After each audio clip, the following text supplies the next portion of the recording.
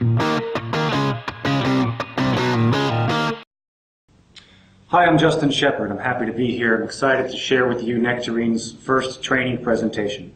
Today's presentation will basically be about how to begin meetings effectively and successfully. A lot of people are uncomfortable beginning in meetings, and today I'll show you all the steps to take, how to talk, what to say to have an effective beginning for every meeting. Here are the goals. You can see on this slide here the goals for the presentation for today. Things that I would like you to learn during this time. How to create good atmosphere. Creating a good atmosphere is all the little things that you do with the client before the meeting officially begins.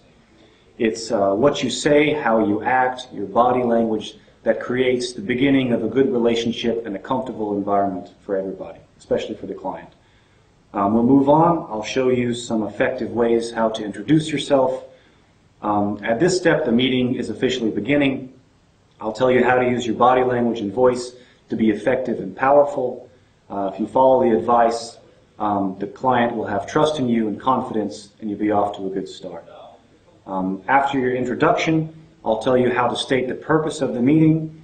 This is one of the most important parts, probably the most important part to the beginning of a meeting.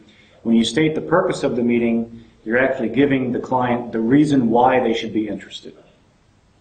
So if the purpose of the meeting is not explained clearly and correctly, you will not have the audience's attention. The client will be interested in something else, maybe their telephone or their computer, and the meeting is off to a very, very bad start, so this is important.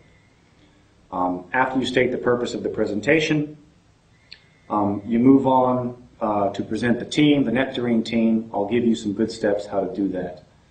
After you present the team, normally, if it's a new client, you'll then have the responsibility of effectively describing Nectarin as an agency, and you'll have to describe Nectarin efficiently, powerfully, and successfully in order to convince the client, basically to buy into our presentation. In order to make this presentation easy and comfortable to follow, on the left side of the screen you can see that I've created for you an outline. As we progress through the slides, you will see that the outline will always highlight where we are. This should be an effective tool for you to follow along. You won't get lost in the presentation. You'll always know exactly what we're talking about and why in context of the presentation. So now you're probably asking yourself, Justin, where do you get all these ideas? Well, all the ideas in this presentation, some of them are mine, some of them are from personal experiences here with Nectarin in meetings with clients, and some of them are from professional trainers and professional speakers. The ideas I've taken from different literature and books on the topic. So let's move on to the structure of the presentation. Here you can see the basic structure for this lesson. In the first lesson, I'll discuss the basic elements for the beginning of the presentation. These are basically the 4 important steps I would like for you to learn from this whole process today. In the second section, you will see some real examples, some real-life presentations, some self-introductions given by your fellow Nectarin colleagues. Feel free to look at them several times, look at the different communication styles, and maybe think to yourself, this is how it's comfortable for me to talk.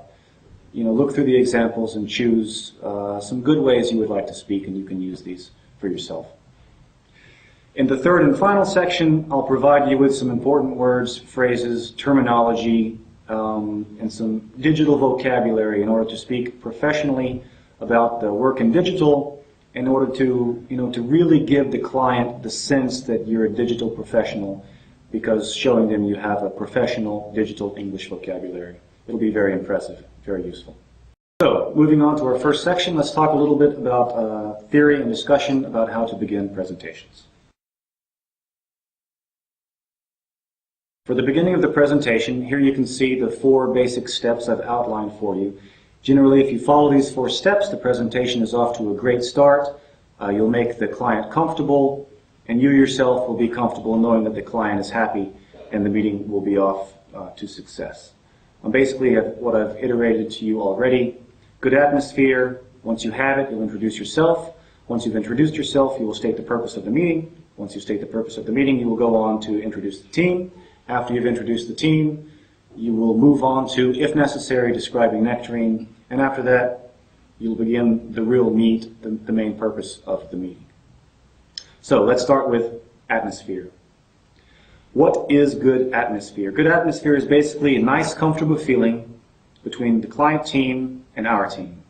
Basically, it means everyone is comfortable, the client is not nervous, they know why you're here, they know who you are, they know why you're useful, and this positive feeling that the client has is necessary in order for them to pay attention to the meeting. So how do we create this good atmosphere exactly? Good atmosphere is the responsibility of every person in the Nectarin team. People need to bring positive energy, an open mind, and a smile. The introductory speaker, which is usually the account manager for the client, has the responsibility to speak first. This is the person who really helps to create good meeting atmosphere that will be a great beginning for a successful meeting. This idea may seem obvious to you, but many people do it wrong. If you fail to make a good atmosphere, you will not have the client's attention, or even worse, the client may believe that you are unprepared and unprofessional. The first few minutes of every meeting are the most important, because it is your chance to make a good first impression. If the client believes you are unprofessional, they will stop listening to you even before the presentation begins. Here from the very beginning, you can see that good atmosphere starts from the moment you meet the client, and you can see here I've outlined for you 5 critical things that I consider to be absolutely necessary to create good atmosphere. Number 1, be on time. This is a simple idea, but you cannot be late. If a client is waiting on you when you arrive, it makes a very, very negative impression. It shows that you're unprofessional, and every member of the team should be responsible to making sure that the team gets there on time. Some people believe that it's only the account manager who's responsible for collecting everyone, but I will tell you, every member of the team should feel like it's their personal responsibility to get there on time. So this is the very beginning. Once you're on your way, make sure that you're prepared. I would recommend that you make 2 copies of every presentation. I've seen times where someone only made 1 copy and they lost it and they had to use an old presentation. This is really, really bad news, so be prepared. Moving on, and this is probably the most important thing I hear often, be positive. You make a very good, positive impression with the client when you bring good, positive energy. So a lot of my colleagues say, Justin, bring us the good energy, but I recommend that everyone try to do this. Everyone be positive. Everyone show up with a good attitude and a smile, if you can, to the client, and you're off to a great start. I've added here a necessary step for good atmosphere is be polite. This actually, it simply means that you pay attention to the client and you try to help them if you can. After your handshake, when you're in the meeting room, pay them some attention and see if they need any help. Maybe you can plug in their computer, maybe you can pass them something, but it shows you're friendly, you're courteous, you're professional. It helps create atmosphere. And lastly, be a team player. And this idea is also fairly simple. As soon as you walk into the client's building, into the meeting room, the reason you're there, you need to remember you're there to help the client, and you should feel that the client is part of your team.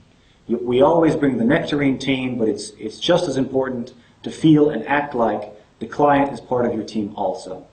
And if you give the client this feeling, you have the good atmosphere you need, you have good rapport with the client, and the meeting is off to a great start.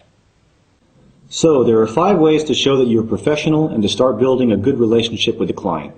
Now it's finally time to start meeting with a greeting. We'll talk about how Nectarin's first speaker will give a good greeting and how that first speaker will show the client that our team is organized. Here's the important idea. Basically, in the beginning of every meeting, every person there will be uncomfortable. To fix this, the first speaker simply tells everyone the who, why, what, and how of the meeting. In 1 minute, I'll tell you exactly how to do this.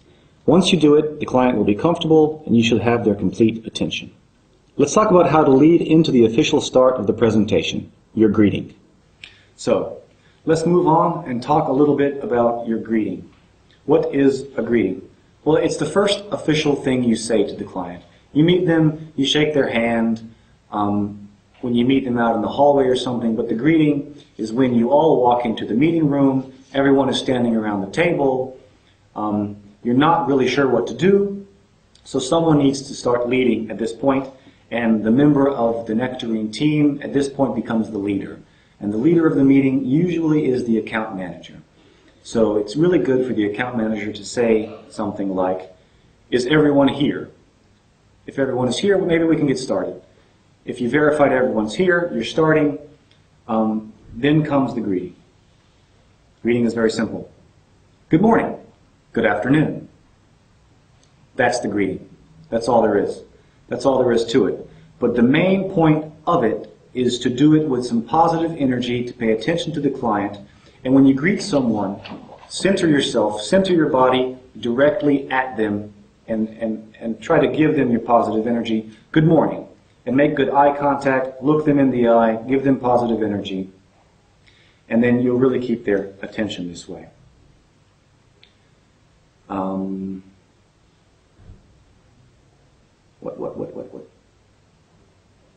Okay.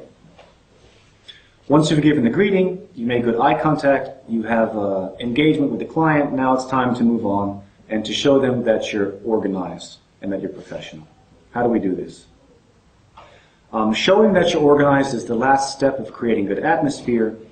As soon as you start to speak, everyone in the room on the client side asks themselves some questions. They ask to themselves. They won't ask you these questions. The client wants to know, who are you? Why are you there? What will you show me? And why is it useful for me? So something to know when you're beginning to finish creating this good atmosphere. This is the last step in making everyone calm and in making everyone comfortable, which is the key to the start of a good meeting. So if you answer everyone's silent questions, it's perfect, it's beautiful, and the meeting is off to a great start. So, how do you answer everyone's silent questions? You basically, and it sounds really simple, maybe it sounds silly, but it's effective and you should do it. Tell them what you will tell them. So I'll give you an example. So, people have questions, they have information they want to know, they're nervous, you tell the client what you will tell them. It may sound something like this. First, I will introduce myself and I'll give the purpose of today's meeting. Then I will introduce our team that's here today. We'll start sharing our ideas about the presentation. Please feel free to ask questions at any time, and I expect the presentation will approximately take an hour. Is that right? We'll start sharing our ideas about the presentation. Please feel free to ask questions at any time, and I expect the presentation will approximately take an hour. Is that right? So here on the slide you can see I've written out a short little sentence, a short little example about how to answer everyone's questions at one time. Once you say this, everyone will be calm and happy. You can move on to introducing yourself. So now is the time to give your personal introduction. Let's talk a little about this. This is usually short, only a few sentences. Here on the slide you can see some of the expectations people have when you give your introduction, some of the information they expect you to tell them. Basic information. What's your name? What's your position? What are some of your responsibilities? And when you're telling your responsibilities, it's very important to say something about exactly how you're useful to the client. This is really what they need to hear. And I'll show you my example introduction in just a few minutes. And also here in some information you should really not forget. How to make a good impression when you're giving your introduction. Speak clearly, speak slowly, speak at a good volume, and make eye contact. Look around the room, make eye contact with everyone if you have time. It gives a good impression. I like to think that making eye contact is the same thing as making trust. If you look at someone in the eye, they start to trust you. So here you can see my example introduction, and I really need to say this again. The most important part of an introduction is explaining how you will help your audience. This is the only thing the client really cares about when you're giving your introduction, how you will help them. So everything we say needs to be geared towards, needs to be oriented towards explaining exactly how you help the client. So tell them, make it very clear, make it very believable. Here you can see my example. Good afternoon, I'm Justin Shepard. I'm a digital strategic planner at Nectarin, working in the strategy department. I'm responsible for strategic ideas necessary for campaigns, for campaign development, research and analysis. I'm responsible for coordinating efforts with creative and client services for you specifically during your campaigns. And it's my responsibility to ensure that the ideas were created in the strategy department. We work the ideas through the client services to make sure that our ideas are specifically coordinated with your campaign needs. So in this example, you can see that a good personal introduction, when you describe your job responsibilities, it really focuses on how your responsibilities specifically help the client. That's the real key of a good introduction. So after you do your self-introduction, you'll move on to state the purpose of the meeting. Let's talk a little bit about that. The purpose of the meeting is probably the most important thing you'll say during your introduction process. Why is it so important? Because the introduction is the hook that really gets the client's attention and that really keeps it. Up until you state the purpose, it's all friendly, but as soon as you tell the client, the purpose of our meeting is to show you necessary campaign materials you need for 2015. The purpose of our meeting is to provide you with the mechanisms you currently don't have to meet your marketing goals. When you state the purpose of the meeting, this information is what the client really needs. So how do you formulate this? I call this the hook because this is what keeps the client's attention. And I also like to call it, you need to tell the client WIIFM. Everyone listens to the radio station WIIFM. What does it mean? What's in it for me? What is in it for me? That's what everyone really wants to know. So this is what we need to tell the client. So here on this slide you can see an example meeting purpose, and I really like to break this down into 3 steps. I recommend you to use these 3 steps when stating the meeting purpose. If you do, it's extremely effective. The first step is to create trust with the client. By doing this, you tell them something they already know. For example, we have a meeting with a client and we tell them, as you know, we've created some successful campaigns with you in the past. I know it seems silly, it seems obvious, but what this does is the client listens to this and they think, yeah, that's true. And once you say something true, they trust you more. So, you tell them something you already know, then you move on to tell them what their problem is. For example, on this slide you can see, as you know, the digital marketplace is constantly changing and it's difficult for brands to keep up. So, I have your trust, I told you something you already know, and I told you you have a problem. You already know you have a problem, but it's our responsibility to remind them because their problem is the reason we're there. The problem is the reason the meeting exists. So, you trust me, I told you your problem, and then finally I'll tell you, Nectarin is here today to fix your problem. And this is the final stage of the hook. So here in my example you can see, today we're here to help you by showing some new tools that we've developed that will really help you meet this next year's goals. We'll give you some new mechanics that will expand your online audience and will really increase your engagement to meet your KPIs. Something like this. So if you put these 3 steps together, it's very powerful. As you know, we've created some successful campaigns with you in the past, but as you also know, it's very difficult in the digital marketplace to keep up with constant changes. So we understand it's difficult for advertisers, so we're here to show you current trends in the market and new mechanisms to meet your future marketing goals. So you develop trust, you tell them their problem, and then you tell them how Nectarin will solve their problems. That's the meeting purpose. Now that you have the client's complete attention, because they really want the information that you have to give them that will solve their problem, now that you have their complete attention, you can move on, introduce the team. So here, for example, you can see I've provided you with a slide that we've used before. This is just one example slide out of many possibilities. And here are a few pieces of advice on how to introduce the team effectively. You'll show a slide. The slide will have 15 or 20 people. Don't read every name on the slide. Simply say something like this.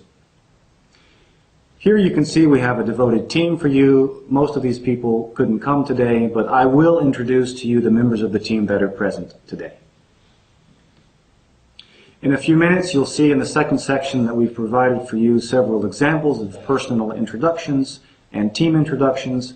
But here on this slide, you can see that I've written for you what I deemed to be a pretty thorough team introduction.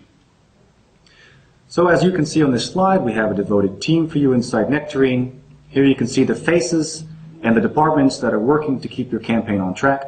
I'd like to take a minute to introduce you to the part of our team that could be here today. This is Peter Troitsky. He is the Director of Strategic Planning. He oversees and coordinates your final strategy and has the final experience and final say about implementing strategy in your campaigns. Sergei Streltsov and Igor Popov, you can see here, are digital strategic planners responsible for the various research and analysis necessary for your effective campaigns. Last but not least, Lena here on my left, Lena Rashidova, your account director. She will be primarily responsible for communicating with you and will coordinate all efforts between the agency and your team. So here are the key goals. When you're introducing each member of the Nectarin team, the key goal is when you tell someone's name and position and responsibilities, you introduce them in the same way that you introduced yourself. So when you introduce yourself, you say some responsibilities, and then you say why these responsibilities are exactly useful for the client you're talking to. And when you introduce everyone else on your team, you really need to do the same thing.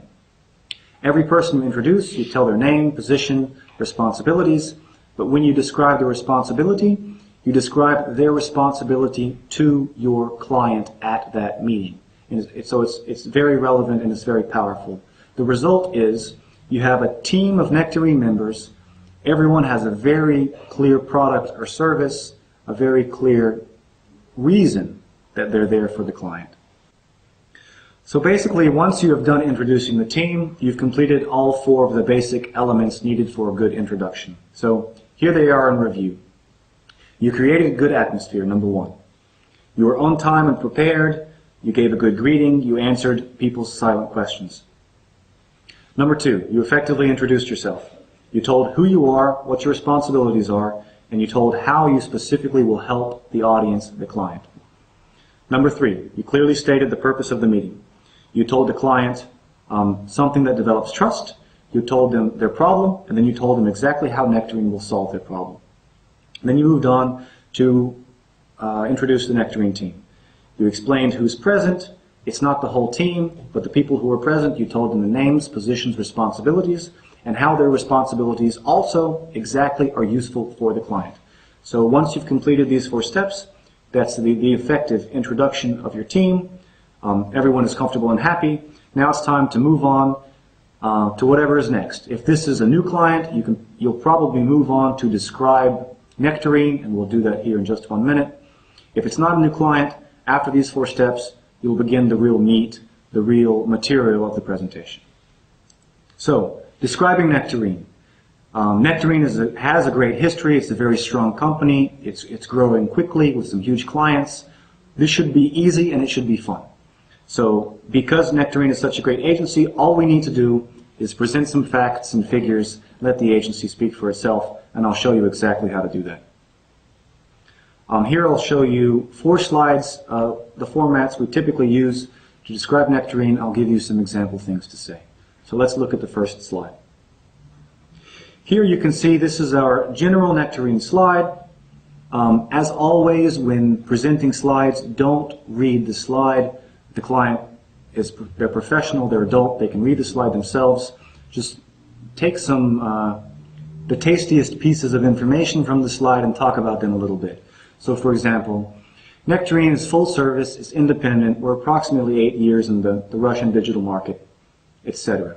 Take some pieces of information, maybe about half of the pieces of information on the slide, say them clearly and slowly, and give them a little bit extra time to let the client read the slide. Moving on to the next example that Nectarin typically uses. Here we title this slide The Agency Showing. I think in the future we should call it maybe Nectarin by the Numbers, something like this. This is a great slide. I love it because it shows Nectarin's size and it shows Nectarin's scope very, very quickly. So how do you present a slide like this? Take 3 of the 4 numbers, read them and talk about them a little bit, but don't read all the numbers because the client will read this entire slide in less than 10 seconds, I promise. So just speak slowly and clearly, let the client read the slide, look around, make sure everyone is following. When you have everyone's attention, it's time to move on. So, the most important thing when describing Nectarin is describing that Nectarin is full service. It's probably the first thing you will say, but you really need to take a few sentences at least to describe what full service means so that the client truly understands. So here you can see we have a slide titled Full Service, and I wrote here,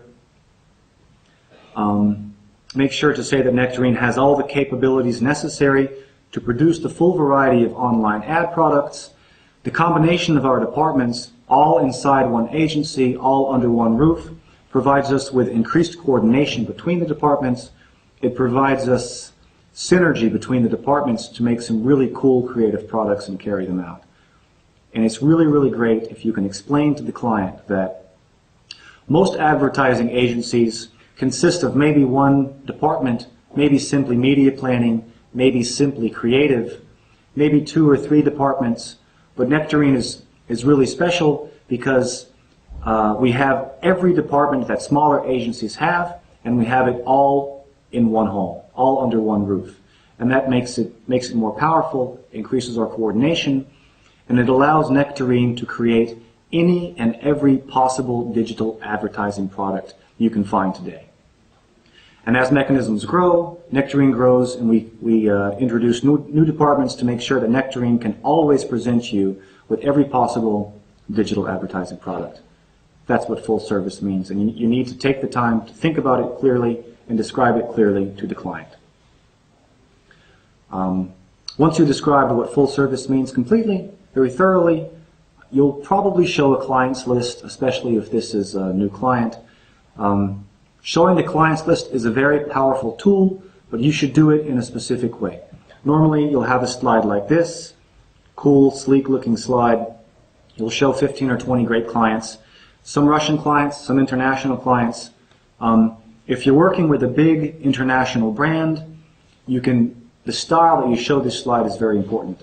Put the slide up, say something, read off 5, 6, 7 international clients pretty quickly. You can see here, for example, we have a variety of international clients in various industries, and we also have a variety of Russian clients. We have some pretty big name international clients, Datsun, Energizer, Infinity, Nissan, L'Oreal, for example, Schwarzkopf and Henkel. You already showed them that we have about 100 permanent clients, so you don't need to. So make a mention that this is just a small sample of Nectarin's full clients list. So that wraps up all the information in Section 1. It's time to move on to Section 2. Let's quickly review one more time what you did in Section 1. You learned how to create good atmosphere, you introduced yourself, you introduced the purpose of the meeting, and you introduced the entire Nectarin team. And when necessary, you described Nectarin effectively, fully, thoroughly, full service, with good energy, and with it's a good, powerful introduction. After that, it's time to move on to the meat of the real presentation. We will address that in future presentations. But for now, we're going to move on, and you'll see here a few examples from your Nectarin colleagues about their personal introductions and how they describe themselves, their team, and how they describe Nectarin as an agency. So, we'll turn to Section 2 now. In this section, we will show you what these ideas really look like when put into practice. We will see some recordings of our Nectarin colleagues. They will demonstrate the ideas from the first section.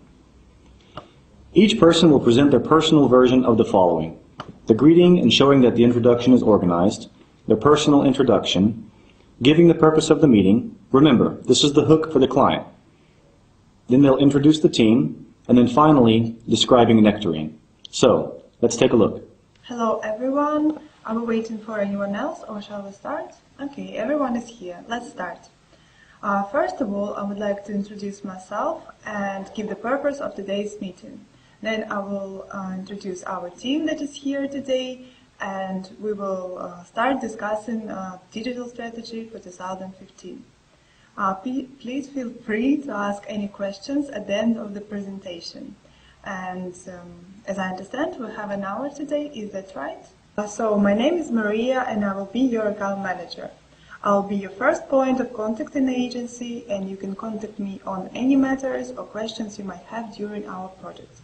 My main responsibility is to coordinate and manage clients' projects, ensure a smooth workflow between our departments, and of course to keep our clients happy and to exceed your expectations. As you know, we've created some successful campaigns with you in the past, but digital marketplace is constantly changing, so today we brought for you a new strategy for 2015.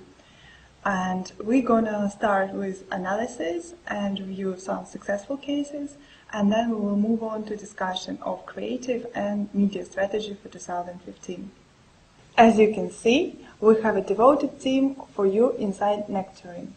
Here you can see the faces of the departments that are working to keep your campaign on track. As today we're going to present you a digital strategy, I have here members of our strategic planning department. This is Peter Troitsky. He is the director of our strategic planning. He oversees and coordinates your final strategy. Also here I have our strategic planners, Sergei Stritsov and Igor Popov. They were responsible for various research and analysis and also choosing of formats and tactics for your digital campaign. And now I would like to say a few words about our agency before we proceed with the discussion of digital strategy. So as you might know already, we've been in the market for almost 8 years and we are a full-service digital advertising agency. This is our clients list, and as you can see we have worked with big international and Russian clients across all major industries. We are a full-service digital agency, which means that we can provide you with any digital services and products, such as digital strategy, production, PR services, content services, and many others. It means that we can meet any digital advertising needs that you might have. And now I would like to pass on the word to our strategic planner, Sergei Stritsov. Thank you. So, if everyone is here, shall we begin? Okay. Good morning. First, I would like to introduce myself and give the purpose of this presentation.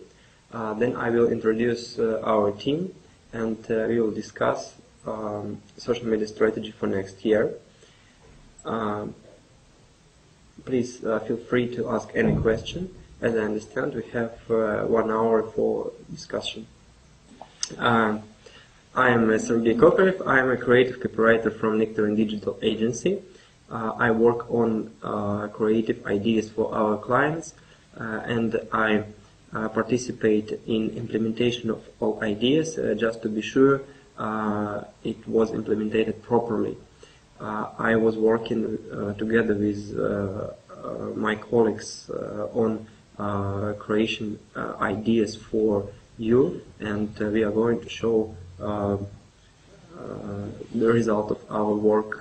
So why are we here?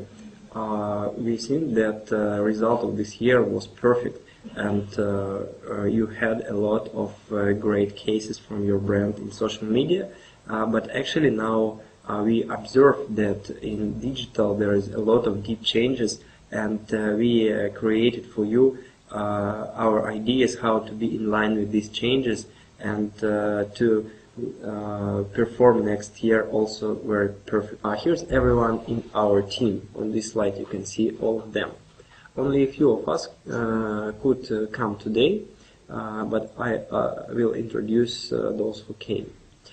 So it's Sergei Streltsov, our strategist.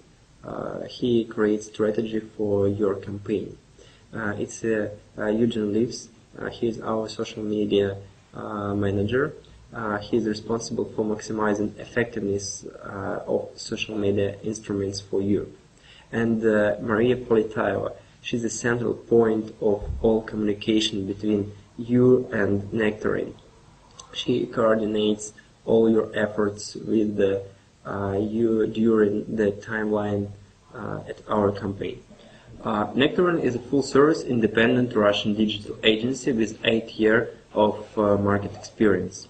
Last week we was in the top 3 of Ad Index. So what is our agency now? We have an 8 year of our history, as I say, and also we have a staff 120 professionals. We have almost 100 permanent clients, maybe now it's 100, and we have 800 of square meters our office space, but actually it's not so important. Important that we create 236 websites and application, and now we launched 984 integrated campaign, but maybe it's old information because as I know now we have 1000 integrated campaign. So we are full service agency. It means that we have all department inside our agency. We have a social media department, we have a strategy department with research, we have a production, we have a planning department, and actually we have an accounts department that needs us to communicate with our clients. We can create any possible digital products that you may find today. As digital grows, Nectarin grows. This is just a small part of our full client list, about half Russian and half international. We have clients in all major industries. Because of the size of our clients list, we have opportunities often for co-promo activities. Hello, dear colleagues. I would like to thank you for coming to the meeting, and we are very happy to finally meet you in person. If everyone is here, I suggest to begin. First, I will introduce myself and the team. Then we will give you the purpose of the meeting, and we will be happy to give a short description of the agency. And then we can start discussing our presentation on Nike's digital PR activities for 2015. If you have any questions, you can ask them anytime. We're here to discuss. My name is Lina Rashidova. I'm your senior account manager, and I take full responsibility for developing high-level relationships with you, managing advertising campaigns, and leading cross-functional communication within the agency. As you know, we have a devoted team inside Nectarin, and you can see on the slide faces and departments that work together to implement efficient campaigns. But let me introduce team members that are present today. Here is Justin Shepard. He is Digital Strategic Planner. He is responsible for strategic ideas, insightful analysis, digital market monitoring to meet your purposes. I'm also happy to introduce Yaroslava Ivanova. She is our Senior Media Planner.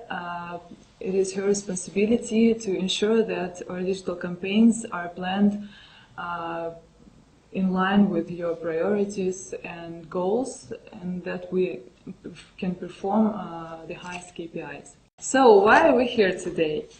As you know, the previous digital PR campaign we created for 2014 was a huge success, but the thing is that the digital marketplace is constantly changing, so we created some new digital PR tools to present today during the meeting. And now I would like to say a few words about the agency. Nectarin is a full-service independent digital agency in Russia with 8 years experience and more than 120 professionals working to create efficient campaigns.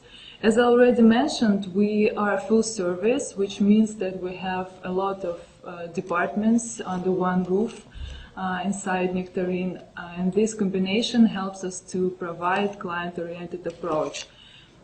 Due to this benefit and other capabilities, we have quite extensive clients list, and on this slide you can see that we work with such big international companies as Warner Brothers, 20th Century Fox, Nissan, Schwarzkopf and Henkel, and others.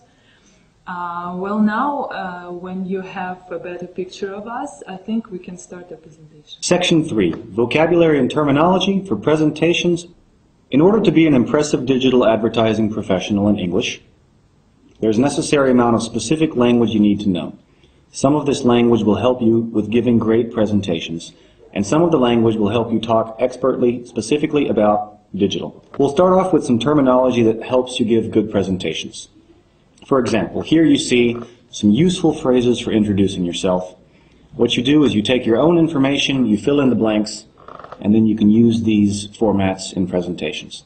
For example, my name is Justin Shepard, and I am the blah, blah, blah. I am Digital Strategic Manager, and I work in the strategy department. I am responsible for, I am in charge of, I manage, I lead. Here you see that I am responsible for, I'm in charge of, I manage, and I lead. They're all synonymous. Basically, they mean the same things. You can use them interchangeably. Let's talk a little bit about signposting. What is signposting? Signposting is language that helps us follow the structure of a talk or a presentation. For example, first we will talk about this, second we will talk about that, and third we will talk about the last thing, whatever it is you're talking about. Now I'm going to talk about etc., etc. They're called signposts because they show the way just like a road sign. It can also be used as a verb. For example, it's important to signpost your talk well so that people can follow what you're saying. So, I'll give you many examples of signposting that you can use in your presentations. So, the beginning signposting, here are phrases for starting a meeting. Is everybody ready to start? Well, it's time to get started, right? Okay, let's kick this meeting off. Or, it looks like a good time to get started. Again, these are just some basic examples. Feel free to use them whenever you need to. So here are some signposting examples for introducing a topic. For example, this morning I will be talking to you about social media. This afternoon I will be telling you about PR. This evening I will be showing you our campaign strategy for next year. This morning I will be reporting on last year's KPI summary. This afternoon, we will be taking a look at Nectarin's new products. More signposting on how to start. So, I'll start off by filling you in on the background of the company, or I'll start off by bringing you up to date on the topic. I'll start off by giving you an overview of the subject. I'll start off by making a few observations about the topic. I'll start off by outlining this current year's results. If you're unfamiliar with some of these terms, background is the basic history of something. Bringing you up to date. To bring someone up to date is a phrasal verb that means to give someone all of the relevant current information. To give an overview or an outline, those are the same. It basically means to give a broad, general information about a topic. Moving on, here is some signposting for forecasting. And what is forecasting? Forecasting is basically some speech you use that shows what you will talk about in the future. So for example, I'll start off by filling you in on the background of the topic, and then I will go on to highlight what I see as the main problem for this year. Then I will go on to put the situation into some kind of perspective. Then we will go on to discuss in more depth the implications of the results of last year. Then we can go on to talk you through the complexities of the issue. Then we can go on to make some detailed recommendations regarding exactly how we think your social media campaign would best be executed. Just some examples. Here's some signposting. Signposting for moving on. Moving on is basically when you covered or talked about one subject and now it's time to move on to the next. So for example, let's move on to the situation in our overseas markets. That's all I want to say about the development of the product. Let's turn to the actual marketing plan. Let's now take a look at sales results. So here you have some synonyms, you have some phrases, they mean the same thing. Let's move on. That's all I wanted to say about it. Let's turn to, let's take a look at. These are all signposts for moving on. Here you have some signposting examples for turning to turn to, and to move on. They're very similar. So for example, I'd like to turn to the question of campaign mechanics. Now it's a good time to turn to the idea of how we will use PR. Or if no one has questions, we can now turn to the next slide. So you can see all these examples mean to move on, to turn to. Here are some signposting examples for expanding on. To expand basically means to give more information about a point. Maybe some information is not clear, or the client doesn't understand something. You need to expand on the topic. You need to give more information until they understand. So for example, I didn't quite understand that. Could you expand on the issue of the pricing? Or, I would like to expand on our social media marketing idea. And here's one more example, to digress. It means to change to another subject. So you're talking about social media, and then, for example, I need to digress for just a moment and talk about PR. If I can digress for just a moment, what about the campaign that we have now? So to digress, to change to another subject temporarily. Here are some signposting examples for going back. To go back basically means to go to a point earlier in the presentation. Sometimes if you skipped some information or if you didn't explain something clearly, you should go back to talk about it some more. So for example, let's go back to the first item on the agenda. Or let's go back for just a minute to the last slide. Or if you could just go back to that last graphic for a second. So to go back, to review something, to view something again. Here you see some signposting for recapping. What does it mean to recap? To recap basically means to repeat or to summarize a previous part of the presentation. It means to take a lot of information and to tell it concisely, shortly, to outline the information, to recap. So for example, to recap, our sales for the third quarter have been strong in all the regions.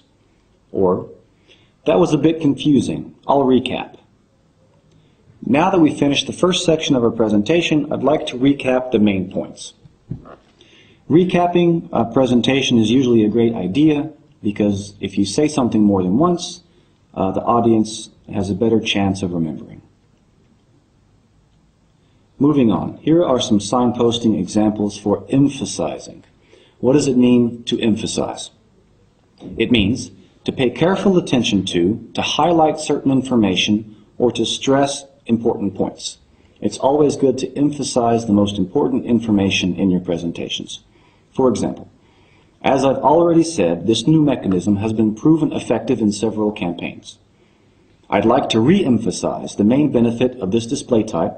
It achieves an average twice the conversion rate and has the same price. In this example, you see the word re-emphasize. When you see the prefix pristavka, when you see the prefix re, it means to do it again. So if you've emphasized something already and you need to emphasize it again, you need to re-emphasize it. Some more examples. I really should stress the point that, as we saw in part 2, etc., as we covered during our discussion about social media, and recalling our look at sales projections, all of these underlined sections you see, I really should stress the point that, as we saw, as we covered, recalling our look at, these examples are all examples about how to emphasize information. Moving on, you see some signposting examples for elaborating. Elaborating is very similar to emphasizing. It basically means also to give more detailed information on. For example, the next presentation will elaborate on how we'd like to use social media in the campaign. Or for example, Can you elaborate on the mechanics of this special project? This idea isn't clear. We need to elaborate on exactly how this will work. So if you have a complex topic, or if the client seems confused or doesn't understand something, it's probably a good idea to elaborate on that topic. Moving on, you see some signposting information, some examples on summarizing. What does it mean to summarize? Basically, it means to give the main points about what you have already said. So if you give a presentation about 10 special projects, when you summarize those 10 special projects, you will explain them all again, but quickly and shortly. And you see some examples here. So, next, Sergey is going to summarize the campaign strategy. Or for example, so this was quite a lot of information, so I'd like to summarize the most important ideas. This slide summarizes the campaign mechanics. Can you summarize the creative idea more clearly? Summarizing is also a very effective and useful presentation skill. If you have a lot of complex information, you should probably summarize it at the end of your presentation. Moving on. Here you see a slide about how to signpost wrapping up. What does it mean to wrap something up? To wrap up basically means to conclude something. And I'll give you the background of this word. To wrap something basically means it comes from the phrasal verb to wrap up. For example, if you give someone a gift at Christmas or their birthday and you put paper around the gift, we call that wrapping paper, and you wrap the gift in paper. You wrap up the gift. So it means that you finished it, and we use the same idea in presentations. When you wrap something up, it means that you finished it. And here you see some examples. We wrapped up the presentation in time for lunch. Or, well, that wraps up the first section. Let's move on to the second. Or, we have a lot of material to discuss, so let's try to wrap this up quickly. So this is a very common, very comfortable way to say we need to finish something, we need to conclude something, we need to wrap it up. Moving on, here you see some signposting examples on finishing. As I just told you, finishing basically means to wrap something up also, when you need to conclude something, to bring something to an end, to finish. So, for example, I'd like to conclude by discussing the future of our company. This concludes our presentation. We look forward to your questions. And final example, and that concludes the first section. If there are no questions, we can move on. This is a really interesting slide. I think it's probably very useful for you. When you make mistakes in presentations, usually there's a very polite, formal way to say something. So you see here two columns. On the left, you see when you think, and on the right, you see you should say. So the way this works, for example, is when you think, I've got my facts all wrong, don't say that. Instead, you should say, sorry, what I meant is this. And then repeat your idea. So when you think, oh no, I said that too fast, I need to go back, you should say, so let's just recap that. When you think, I forgot to say something, you should say, sorry, I should just mention one thing. When you think, oh, that was too complicated, I need to make it more simple, you should say, so basically what I'm saying is that, etc. When you think, I'm talking nonsense, you should say, sorry, I didn't make that very clear. When you think, how do you say this in English? Maybe it's better to say, sorry, what's the word for... Or when you think, that was wrong, try it again. You should say, sorry, let me rephrase that. Or, if at the end of a presentation you think, I'm running out of time, it's probably better to say, so, just to give you the main points here. So maybe this is a good slide to practice a few times. It's not a nightmare exactly if you say the things on the left, but the way it's written on the right is much more polite and is better language to be used in presentations. So, here I'll give you just a few important presentation terms. Here's the term kickoff meeting. What does it mean, a kickoff meeting? Well, the word kickoff is from sports, and it means to start. So, for example, in the beginning of a football match, the very first kickoff is when the first guy kicks the ball. So, kickoff meeting is the first in a series of meetings or the first event at a conference. For example, at our annual sales meeting, Ginny chaired the kickoff meeting this year. Also, I'll tell you, to chair a meeting means to be the head leader of the meeting, to be the chairperson of the meeting, to be in charge of the meeting. So, another example, we're finally meeting the client in person tomorrow. Our kickoff meeting will start at 10. So, these terms are just for your knowledge. If you see the word kickoff meeting, you know that it's the very first meeting of a series, or it's the very first meeting with a new client, for example. Here's one more important term to know, elevator pitch. So, what is an elevator pitch? It's a short speech used to sell something, to sell an idea or a product. An elevator pitch is a pitch so short you could give it to someone, for example, a senior manager, just in the 10 to 15 seconds you have his or her attention in the elevator. For example, last week I saw the chief marketing officer in the coffee room and I gave him an elevator pitch about our new social media strategy. Or, for example, you should have an elevator pitch prepared for that new product just in case someone asks. So, basically, elevator pitches are important for when you need to sell something very quickly. Elevator pitches are used when a meeting is not planned or when an unplanned opportunity arrives. It's a good idea when meeting with clients. Sometimes you need to have ready a quick, effective explanation about a new product or feature. And if we give the client a good elevator pitch about a new possibility, it may very well lead to a future sale. So, let's move on to the next section of vocabulary and terminology. It will be specifically about digital ideas. Digital terminology.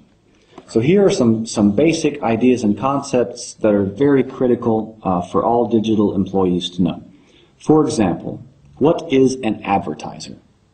An advertiser is any company with products or services to sell that has enough money for a marketing budget for advertising. So, if you ask yourself, what does that mean exactly? It means these are companies that make goods or services or products that are selling them. For example, Nissan. Nissan is an advertiser. What do they make? They make cars. L'Oreal. L'Oreal is an advertiser. They make cosmetic products, and they are the company, the entity, the people who need to advertise those products. If you make a product, you are the advertiser. What is a publisher? Publisher is any website that publishes content. This content is the reason that users come to the site, and the users that come to the site are the reason that advertising is located on a publisher's site.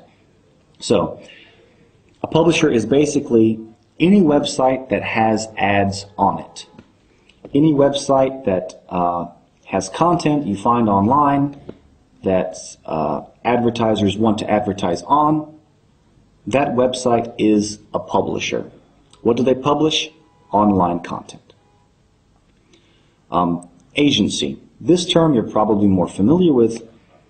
Agencies are companies that are responsible for creating the advertising for the advertiser and placing it on the publisher's sites so that users can see them.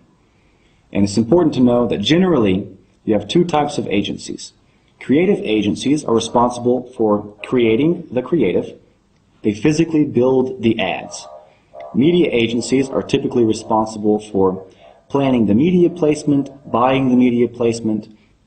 They're responsible for media planning and buying placement. It's also very important for everyone in Nectarin to understand, because Nectarin is full service, we perform both of these functions. In the West, for example, creative agencies and media agencies are often separate. There are probably, maybe almost no full-service agencies such as Nectarin, but we need to know that we perform both of these functions. So, reviewing, you see advertiser, publisher, and agency. These are the three types of companies that are involved in digital advertising, it's very important to understand the differences. Moving on to talk about what is a user. Now, this is a basic idea. Anyone on the internet is a user. Basically, in this day and age, almost everyone is a user. When we say user in digital language, it specifically means user of the internet. Anyone accessing the internet or browsing the web is a user. A user is anyone who loads a web page. There are billions of users in the world. So in digital terminology, this is a scientific term, meaning someone who is accessing the web. How do you access the web? The internet is always accessed through a browser. Examples of browsers are Internet Explorer, Chrome, Firefox, etc. I think probably there are several new browsers introduced every year.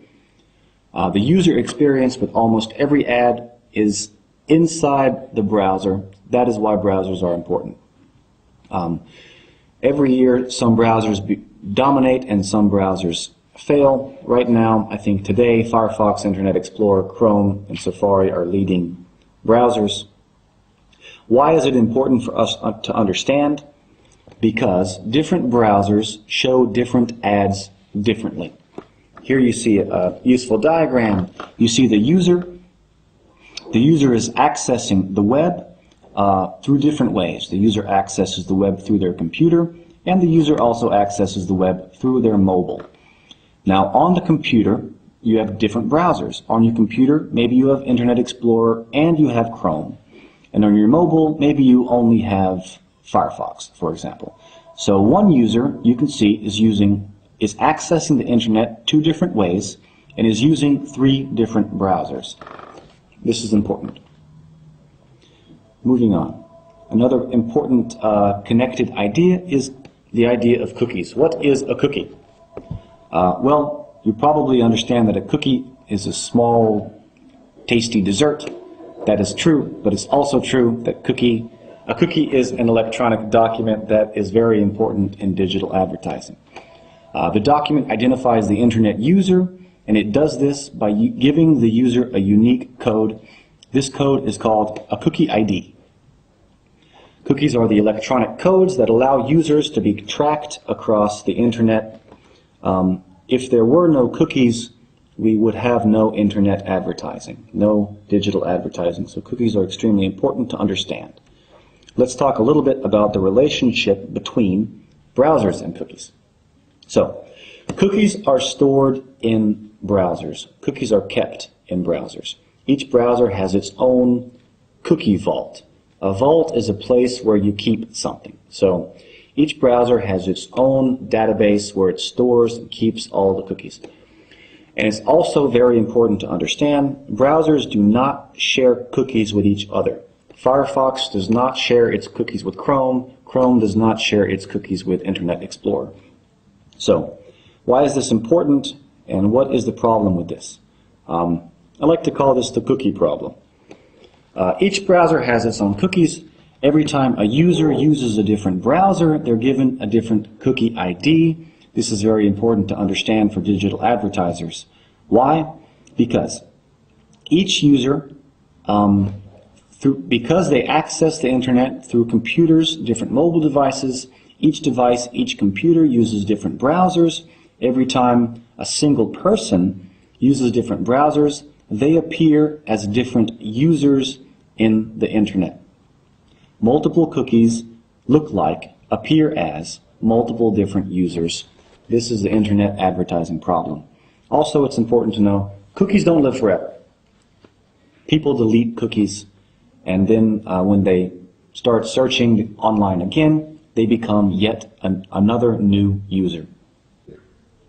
So it's important to talk a little bit about the difference between first-party and third-party cookies. What is the difference? First-party cookies are cookies that are dropped onto a user's computer by a website that the user visits. First-party cookies' names are usually included in the domain in the cookies file name. Just an important piece of technical information. Third-party cookies, on the other hand, are cookies that are dropped by some other domain, some other website, such as the domain belonging to a third-party ad server. This is a little technical, let's explain a little bit more. When a user uses a single browser and browses the web pages, it triggers the downloading of content and the ads. Those are called first-party cookies. After the first-party content is loaded, third-party content comes from the third-party server, and this is where ad tracking happens, and third-party cookies are used by advertisers to follow users. So basically, first party, when you think first party, think of the website that you're on, and when you think of third party, think of advertisers that are following the user online. So, third party cookies are used to determine if a user saw an ad, if a user didn't see the ad, if a user clicked on the ad, if a user went on to buy a product. We track users through the conversion funnel using third-party cookies. Therefore, this is an important advertising term to know. Basically, third-party cookies provide behavioral information. It's relevant and used for advertising campaigns. We track all the users using third-party cookies. So, that completes the third section of Presenting Nectarin in English, Training Presentation 1. I look forward to seeing you next time for our second English training presentation. Don't forget to study, study, study, and I'll see you next time.